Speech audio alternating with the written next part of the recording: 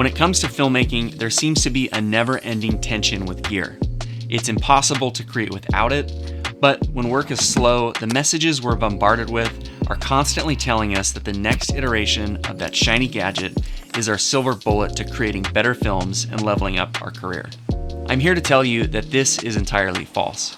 Don't worry, this isn't another gear doesn't matter video from a YouTuber making coffee montages with his Red camera. Okay, you caught me. Instead, what I want to do is offer some encouragement and perspective on what I would consider to be the doom loop of gear. There's a vicious cycle when you're first getting started into filmmaking, but it can honestly just happen when work gets slow. You purchase some new equipment and it's super fun and exciting because you see results that you've never been able to get before. And you start booking some jobs with that equipment and you feel like you've struck gold with this investment. But inevitably, things slow down and you're left with a shelf full of equipment that's collecting dust and a social media feed with your friends and colleagues who are posting their latest project.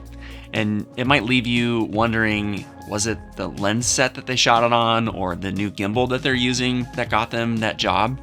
And so you're kind of left wondering what it was. And so you're researching the stuff that they shot it with. And pretty soon you're down this rabbit hole where you're researching lens sets that you've never seen before, and you're strategizing how you can afford it because, hey, work is slow. And the cycle kind of goes on and on where things are up and it's great, and when things are down, you're in this lull and rut and you're trying to fix it by looking at gear. Now, I've been in filmmaking for almost 11 years now post-college, and that's kind of crazy to think about.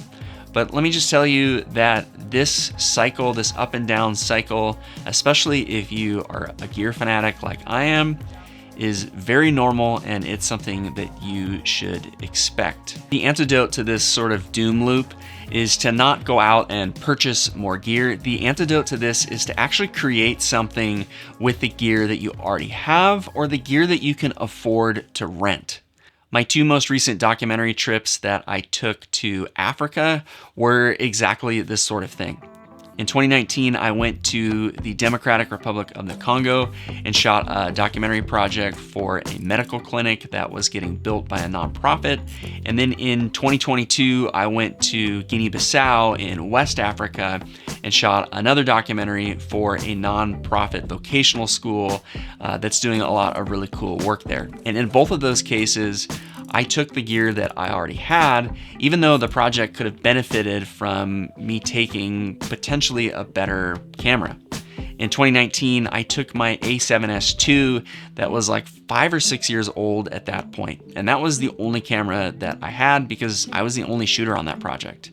And I think the project turned out well, and it was able to raise a ton of money for that nonprofit and get the medical facility built. That project was also something that helped me land client work in the future, and also was just extremely rewarding and fulfilling to do it. For the project in 2022, I took my A7S III, which I was able to upgrade to a couple years prior. Now, that is certainly a fantastic camera. I've kind of built my YouTube channel around Sony cameras largely. If you're in a lull because you're kind of bored and unfulfilled with your work, then my encouragement to you is to do what I did with those Africa trips and documentaries, is to find a spec project to shoot and create with some friends. Having friends and community around you is gonna just help elevate the project and make it so much more enjoyable. But a spec project around something that you're passionate about and about something that you would like to get booked for more is really what's going to lead to more work. I hope you're noticing a theme here. Gear didn't really solve any problems for me. Definitely having a nicer camera on the second trip made the project look a little bit better, but it didn't necessarily lead to me getting booked on more projects in the future because I had a nicer camera. It was the fact that it was on my portfolio, that I did a good job with it, and I took it seriously, that I was able to get approached for similar projects in the future. So go out there, find some friends, and tell that story. Cameras are fun, but they're not gonna tell the story for you, and they're so good these days that chances are that whatever you have is worthy of telling that story. So There's not really a good excuse not to tell the story, and I'll catch you guys in the next one.